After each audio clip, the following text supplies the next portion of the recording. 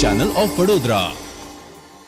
મદદનીશ ચૂંટણી અધિકારીના અધ્યક્ષ સ્થાને ફતેપુરા તાલુકાના સુખસર ખાતે મતદાન જાગૃતિ રેલી યોજાઈ હતી। 4 એપ્રિલ 2024ને ગુરુવારના રોજ ફતેપુરા તાલુકાના સુખસર ખાતે મદદનીશ ચૂંટણી અધિકારીના અધ્યક્ષ સ્થાને મતદાન જાગૃતિ રેલી યોજાઈ।